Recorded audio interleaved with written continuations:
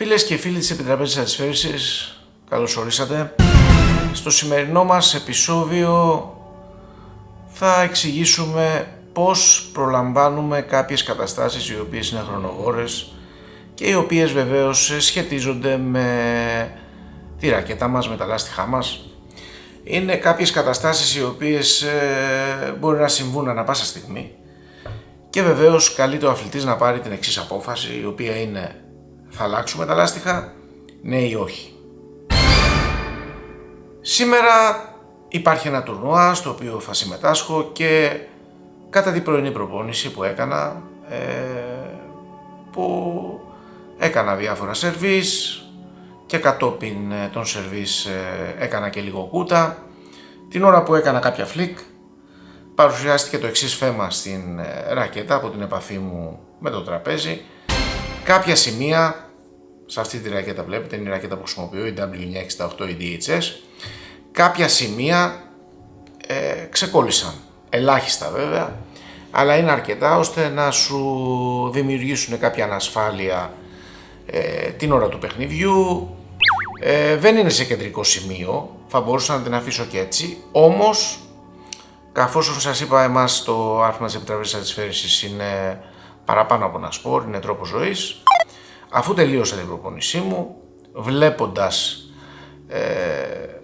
τη κατάσταση της ρακέτας, είπα γιατί όχι να μην κάνω ένα βίντεο, αυθόρμητο είναι ούτως ή άλλως, και να σας δείξω πώς εγώ προσωπικά, ο Θωμάς Κουσιωρής, θα καταφέρω να ξεπεράσω το πρόβλημα το οποίο αντιμετώπισα και παρουσιάστηκε. Θα σας δείξω καταρχήν που είναι το πρόβλημα. Όπως βλέπετε, η ρακέτα δεν έχω προλάβει να την καθαρίσω ακόμα, αλλά είναι τέλεια, δεν υπάρχει κάποια ανομαλία στην επιφάνειά της. Όμως στα άκρα της ρακέτας και συγκεκριμένα θα σας δείξω τα σημεία τα οποία παρουσιάστηκε το θέμα. Αυτό εδώ πέρα είναι το ένα σημείο, δεν ξέρω αν βλέπετε, το έχω φέρει όσο πιο κοντά στη κάμερα, είναι ελάχιστο, είναι απειροελάχιστο, δεν επηρεάζει, όμως επαναλαμβάνω, είμαστε τελειομανείς και αυτό είναι το σημείο. Θα φροντίσω να το επισκευάσω και υπάρχει και ένα άλλο σημείο, το ένα το έπαθα με το strawberry και το άλλο με το banana flick και το άλλο το σημείο είναι εδώ, θα σας το δείξω και αυτό, δεν ξέρω αν βλέπετε, το έχω φέρει κοντά, είναι ελάχιστα, απειροελάχιστα. Τι κάνουμε λοιπόν, πώς μπορούμε να ξεπεράσουμε το συγκεκριμένο πρόβλημα και να έχουμε την απόλυτη αυτοπεποίθησή μας στο 100% ότι δεν φταίει κάτι που ούτως ή άλλως 9 στις 10 φορές ποτέ δεν φταίει κάτι, ο αθλητής φταίει, η απόδοσή μας, όμως επειδή ξέρετε το άθλημα της Επιτραπέζης Αντισφαίρησης παίζει πάρα πολύ μεγάλο ρόλο ψυχολογικός παράγοντας, επειδή δεν θέλουμε ψυχολογικά να υπάρχει κάτι το οποίο να μας κρατήσει πίσω από την απόδοσή μας και θέλουμε τα λάστιχά μας, η ρακέτα μας να είναι όλα όσο πιο τέλεια γίνεται, ώστε να μην ρίξουμε τις ευθύνες κατόπιν μιας ήττας ότι έφταιγε η ρακέτα, δεν είχα κολλήσει καλά τα λάστιχα, το ξύλο κτλ. Το ξύλο είναι αυτό το οποίο παίζω χρόνια ούτως ή άλλως στο W968, κορυφαίο ξύλο. Σας είπα ότι κάποια στιγμή θα κάνουμε και ένα τεστ με το καινούριο W968 του Malong, κορυφαίο ξύλο και αυτό, το οποίο είναι λίγο πιο backhand oriented, έχει πιο δυνατή προσέγγιση στο θέμα του backhand, όπου εκεί στερεί ελάχιστα αυτό το ξύλο, όμως αυτές οι απειροελάχιστες διαφορές, να σας πω την αλήθεια, είναι ελάχιστοι οι αθλητές στον κόσμο που μπορούν να τις καταλάβουν, εκτός και αν κάποιος αθλητής παίζει μόνο με ένα ξύλο πάνω από 3-4 χρόνια, οπότε τότε ναι, μπορεί πιστεύω να έχει μια πιο σωστή προσέγγιση κατά πόσο το συγκεκριμένο ξύλο σε συγκεκριμένα χτυπήματα ανταποκρίνεται σωστά. Εγώ π.χ. έχω παρατηρήσει ότι το συγκεκριμένο ξύλο, το W968, όσο πιο μακριά είσαι από το τραπέζι, τόσο περισσότερη δύναμη θέλει, και αν χαλαρώσεις έστω και ένα δευτερόλεπτο, δεν υπάρχει περίπτωση να γυρίσει την μπάλα πίσω. Τι πρέπει να κάνουμε για να διορθώσουμε αυτές τις μικρές ατέλειες που έχουν παρουσιαστεί? Σας είχα πει και άλλη φορά ότι το μυστικό όλο είναι σε μία ένεση, την οποία την έχω εδώ, την οποία μπορείτε να το πάρετε από το φαρμακείο. Αυτή είναι η πιο μικρή, είναι η 10 ή 5, δεν ξέρω τι, αυτή νομίζω είναι η 10, είναι η πιο μικρή, δεν ξέρω αν υπάρχει 5, 10 ml. Αυτή η ένεση λοιπόν πώς μπορεί να μας βοηθήσει? Καταρχάς, παλαιότερα θα θυμάστε όλοι ότι χρησιμοποιούσαν μπατονέτες, στις οποίες αναγκαζόσουν να σηκώσεις παραπάνω το λάστιχο για να περάσει μέσα η κόλλα, οπότε στην ουσία ήταν σαν να έχεις βγάλει αρκετή επιφάνεια, να έχεις ξεκολλήσει από το λάστιχο. Για ποιο λόγο εγώ προσωπικά, αλλά και οι κορυφαίοι αθλητές με τους οποίους έχω τη τιμή να έχω συναστραφεί, μου έχουν πει ότι είναι απαγορευτικό να ξεκολλάς το λάστιχο?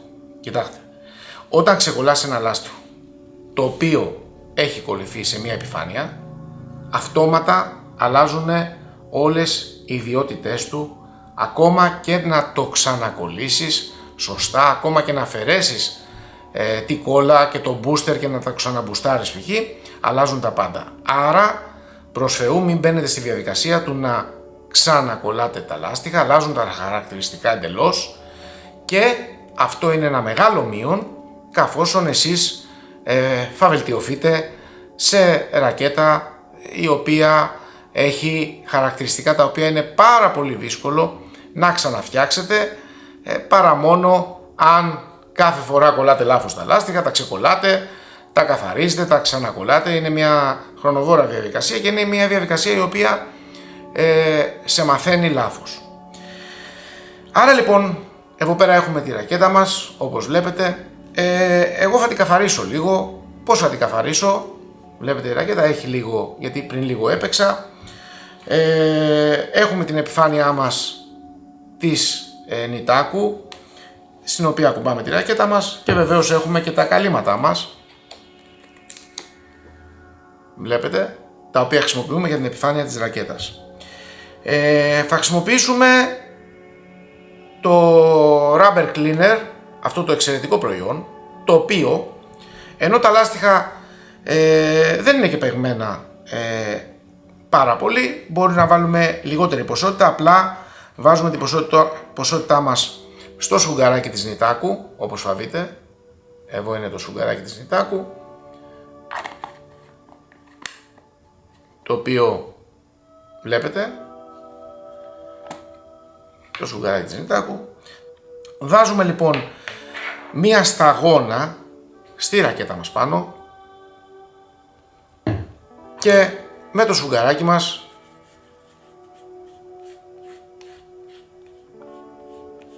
βλέπετε ότι θέλει άλλες 2 σταγόνες, 3 λέει ο κατασκευαστής και έχει δίκιο. Θα καθαρίσουμε τα λάστιχά μας ομοιόμορφα και θα κάνουμε και το ίδιο για την άλλη επιφάνεια,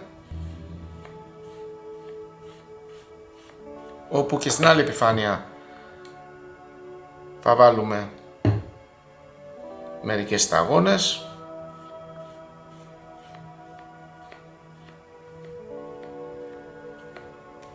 Το βίντεο είναι αυθόρμητο, δεν είναι στημένο. Εντάξει.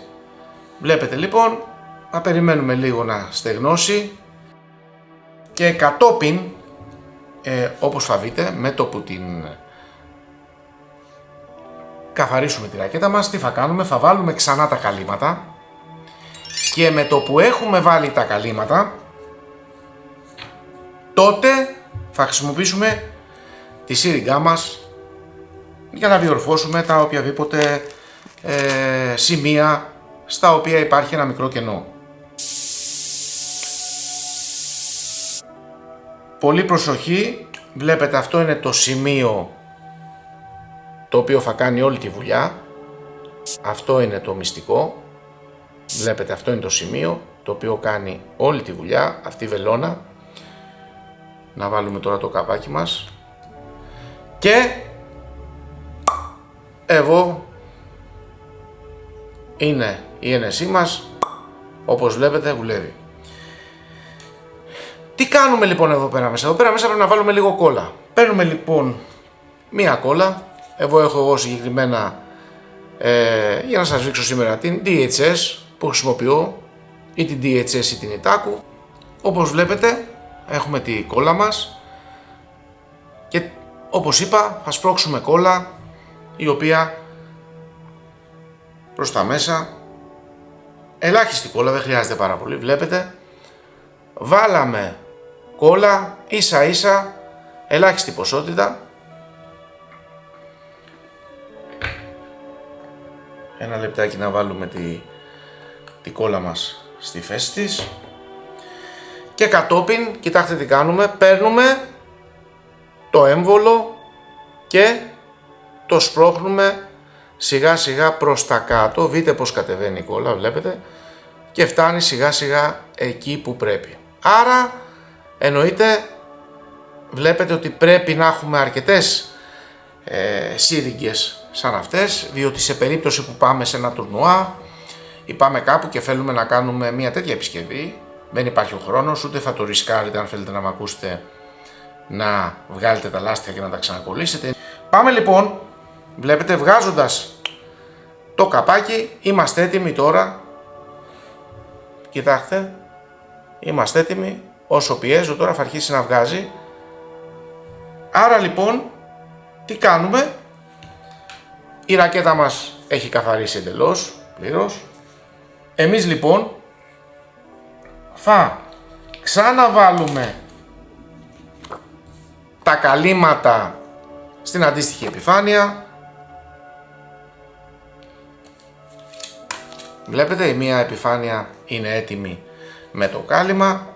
Θα βάλουμε το άλλο κάλυμα στην άλλη επιφάνεια, βλέπετε, οπότε είναι και καθαρισμένα τα λάστιχα και είναι και προστατευμένα. Για ποιο λόγο το κάνουμε αυτό? Γιατί όταν θα βάλω αυτή την απειροελάχιστη ποσότητα κόλλας στο λάστιχο, θα πρέπει να χρησιμοποιήσω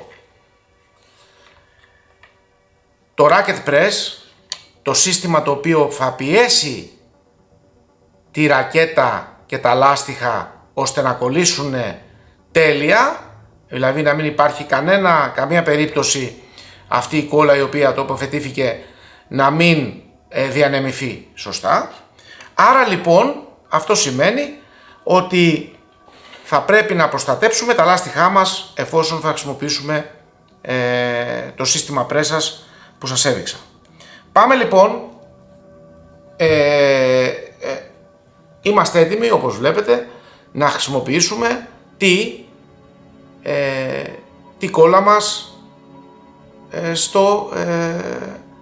στα λάστιχα και να σας δείξω στο βίντεο τι κάνουμε ακριβώς μετά και τη διαδικασία. Μπορούμε, αν θέλουμε, και είμαστε πάρα πολύ της λεπτομέρειας, επίσης να ζυγίσουμε με μία ζυγαριά. Εγώ έχω τη συγκεκριμένη ζυγαριά π.χ. εδώ, η οποία ζυγαριά να ζυγίσουμε το βάρος της ρακέτας πριν μπουν τα καλύματα, ώστε να δούμε το απειροελάχιστο βάρος το οποίο θα έχει διαμορφωθεί με το που βάλουμε, με το που χρησιμοποιήσουμε τη σύριγγα στη ρακέτα μας. Πάμε λοιπόν τώρα, βλέπετε έχω βγάλει το καπάκι και θα πάω στα σημεία τα οποία έχω αντιμετωπίσει, έχω δει το θέμα, να τα διορθώσω. Δεν θα το κάνετε ποτέ αυτό το πράγμα χωρίς να έχετε βάλει καλύματα στα λάστιχα, γιατί υπάρχει κίνδυνος να λερώσετε τα λάστιχα και να γίνει ζημιά στα λάστιχα. Πάμε λοιπόν, βλέπετε εδώ πέρα το κομμάτι, κοιτάξτε, σας το δείχνω το κομμάτι, δεν ξέρω αν φαίνεται, είναι αυτό εδώ το κομμάτι, βλέπετε. Πάμε λοιπόν σε αυτό το κομμάτι και θα βάλω εγώ την κόλλα μου και τι θα κάνω μάλιστα, βλέπετε θα το πάω σιγά σιγά προς τα δεξιά για να βεβαιωθώ ότι είναι μόνο εκεί τοπικό και δεν έχει μεγαλύτερο φάσμα. Πιέζοντας τώρα, δεν ξέρω αν φαίνεται στη κάμερα, πιέζοντας θα δείτε ότι βγάζει με το χέρι μας, εδώ είναι, πιέζοντας βγάζει με το χέρι μας ελάχιστη κόλλα. Άρα αυτό το κομμάτι τώρα είναι έτοιμο. Πάμε να δούμε και το άλλο μας κομμάτι το οποίο μας προβλημάτισε, το οποίο είναι στο κόκκινο λάστιχο. Βλέπουμε και εδώ πέρα, εδώ είναι το ένα κομμάτι, βάζω. Σας είπα το βίντεο είναι αυθόρμητο, δεν υπάρχει κάτι στημένο. Βλέπετε και εδώ πέρα με το που έβαλα κόλλα, και για να δούμε και στο άλλο σημείο που ήταν, να το, και εδώ είναι το άλλο σημείο, το πιο μεγάλο σημείο στη κόκκινη επιφάνεια, το οποίο θα βάλουμε κόλλα και κοιτάξτε τι κάνω, βάζω κόλλα εγώ, κοιτάξτε εδώ ποιο είναι το μυστικό. Ένα λεπτάκι να σας δείξω ακριβώς. Το μυστικό λοιπόν ποιο είναι, βλέπετε εδώ, κοιτάξτε εδώ. Βάζοντας αυτή τη σύριγγα δεν επηρεάζεις καθόλου το λάστιχο. Δεν γίνεται καμία ζημιά. Αν αναγκαστείς να βάλεις μπαντονέτα ή οτιδήποτε άλλο, πρέπει να τραβήξεις το λάστιχο πιο κάτω. Βλέπετε τι κάνω. Βάζω εγώ λοιπόν τη σύριγγα και κάνω αυτό εδώ πέρα το κολπάκι. Το πάω, βλέπετε είναι στα πλάγια, αυτό έχει γίνει από κάποιο φλικ ή μπανάνα ή στρόμπερι. Και κατόπιν τώρα, αν πιέσω, ένα λεπτάκι γιατί δεν είχα βάλει πολύ κόλλα, εδώ να ξαναβάλουμε, δεν το πίεζα μάλλον, κόλλα είχα βάλει αλλά δεν το πίεζα. Τώρα έχουμε πιέσει και θα δείτε τώρα με το που πιέσω, βλέπετε εδώ λοιπόν φίλες και φίλοι ότι αρχίζει σιγά σιγά η κόλλα να βγαίνει προς τα έξω. Δεν μας πειράζει αυτό καθόλου. Απλά τι κάνουμε, όπως είναι τώρα φρέσκια η κόλλα, θα πρέπει να τοποθετήσουμε τη ρακέτα μας για 20 λεπτά, για μία ωρίτσα. Αν είναι να παίξουμε το απόγευμα, θα τη χρησιμοποιήσουμε μετά από 6 ώρες 7, δεν μας απασχολεί. Ακόμα και για 10 λεπτά και για 20. Κάνει τρομερή δουλειά. Αυτό εδώ πέρα είναι το racket press. Βλέπετε τι κάνουμε, ομοιόμορφα σφίγγουμε και θα παρατηρήσετε τώρα, θα σας δείξω μόλις τελειώσουμε το σφίξιμο, βλέπετε τι κάνω. Άρα έχουμε επισκευάσει στην ουσία μερικώς το λάστιχό μας, έχουμε διορθώσει το πρόβλημα το οποίο είχε δημιουργηθεί, ελάχιστο πρόβλημα τώρα, στην ουσία δεν ήταν κάποιο θέμα σημαντικό, όμως σας είπα ότι αυτό που κάνουμε τώρα μας βγάζει από το άγχος του τι θα κάνω με τα λάστιχά μου. Δεν ξέρω αν φαίνεται, αλλά θα παρατηρήσετε ότι υπάρχει λίγο κόλλα η οποία έχει στην ουσία χυθεί έξω από το ξύλο. Αυτό σημαίνει ότι πιέζεται σωστά και έχει διανεμηθεί ομοιόμορφα και υπάρχει σωστή κατανομή στα σημεία εκεί που θέλαμε. Το ίδιο έχει γίνει και στην άλλη μεριά.